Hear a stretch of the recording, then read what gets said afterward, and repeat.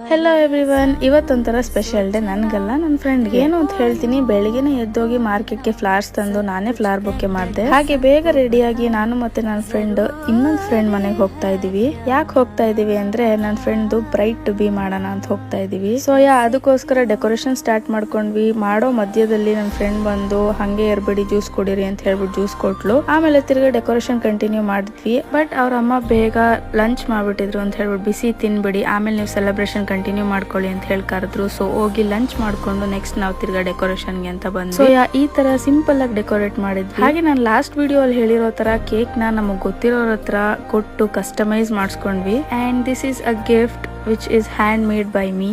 ನಾನ್ ಯಾವತ್ತು ಯಾರಿಗೂ bright to B ಅಂತೆಲ್ಲ ಏನು ಮಾಡಿರಲಿಲ್ಲ. ಇವಳಿಗೆ ಫಸ್ಟ್ ನಮ್ ಗ್ಯಾಂಗಲ್ಲಿ ಇವಳೊಬ್ಳೆ ಫಸ್ಟ್ ಮದುವೆ ಆಗ್ತಾ ಇರೋದು.